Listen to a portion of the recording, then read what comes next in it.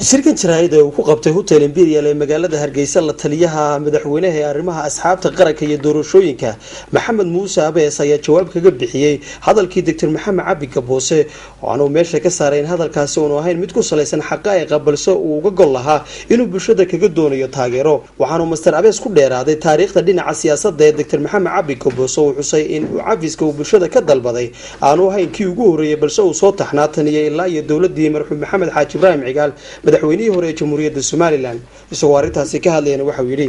Gaboose waxyaabaha loogu hiiliyay ragii kulmiyay oo dabada wada jooga ee xaq u lahaa in Cabdiqaadir kamid ahaa yaanigeygana kamid ahaa ee kuraastoodii ragii kowka ahaa ee uu qaatay ayuu Gaboose kamid ahaa haddii cid abaal ku leedahay cid amba cid wax ku leedahay ragii qaadan lahaa ay dabada ka taagan yihiin ee isaga uu ka qaatay maanta xaaladan uu ka hadlaya ee uu caynka leeyahay sifahan sifiye codka lagu heli jiray ma aha ummaduna waa ummadii ka gudubtay xaaladkan jira iyo waajibaadkan yaala waxaan leeyahay doctore shalay halkan waxa yimi Cabdiraxmaan Axmed Cali oo madaxweynihii ugu horeeyay ee Soomaaliland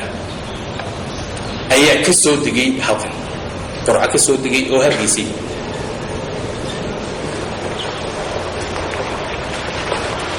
wasiir dakhili waa saacada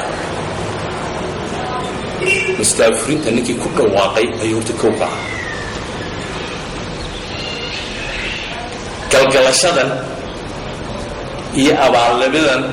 iyo xilka marka la hayo waxa waajibaad ah ninku mas'uul markuu ee uu haleeyay meel aad joogto haddaad afgaran weydo ka tagto himiladaada barbadan baa qarsan haddaad qarsan weydana hankaagu wuxuu yahay ayuuba dabada imanaysa waxaan leeyahay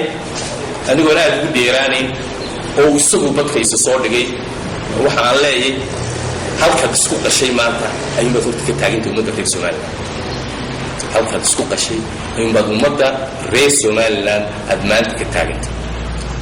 ninkaaga taa inkirayaana beritoole ninka codka ku siyaaba madaxweynenimada kugula dagaalama yaa taa teedii ayuuba ugu meeltaa